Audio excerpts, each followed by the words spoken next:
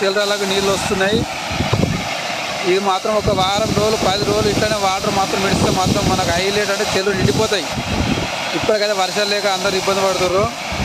ఈ నీళ్ళు మాత్రం ఇట్లా ఒక 15 రోజులు ఇచ్చినా అనుకో చిన్న చిన్న చెరువులు పెద్ద చెరువులు అన్నీ నిండుతాయి. ఇది చూడు ఎంత పెద్దగా వస్తుంది వాటర్, ఎంత అంటే ఎంత చూడు ఎంత పెద్దతో వస్తుందో, అసలు జీవితంగా వస్తుంది. ఇదో ఎట్లా అంటే మనకు వచ్చేది ఇంకా కొంచెమే, ఇంకా ఇది మొత్తం ఇప్పలే, మొత్తం ఇప్ప మాత్రం అసలు ఆగదు. ఇది ఆల్రెడీ ఎంత బీగలు వస్తుంది, ఎంత నాకైతే హైలైట్ అనిపిస్తుంది. సౌండ్ ఎట్లా వస్తుంది.